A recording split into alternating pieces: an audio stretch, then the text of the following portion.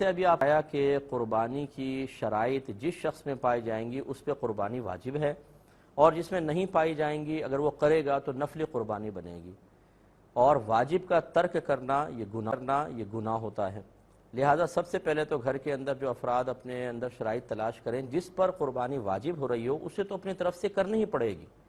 یہ جو ہمارے گھروں میں ہوتا ہے کہ جیسے ابھی آپ نے بتایا کہ اس سال بھائی میری طرف سے کر لیتے ہیں، اگلے سال بیوی کی طرف سے، اس سے اگلے سال والد صاحب کی طرف سے،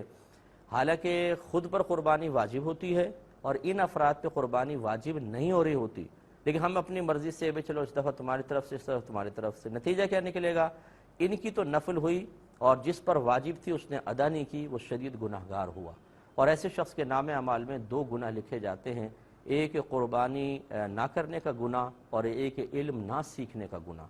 لہٰذا اب آپ چونکہ پیسہ بھیج رہے ہیں، آپ پہ قربانی اگر واجب ہے تو پھر آپ سب ایک قربانی تو آپ کو اپنی طرف سے تو کرنی پڑے گی تاکہ آپ کا واجب ادا ہو۔ اگر آپ نے کبھی ایسا کیا تھا کہ آپ پہ قربانی واجب ہو رہی تھی لیکن آپ نے کہا چلو ایک بیوی کی طرف سے، ایک والد صاحب کی طرف سے، اور ان پہ قربانی واجب نہیں تھی یا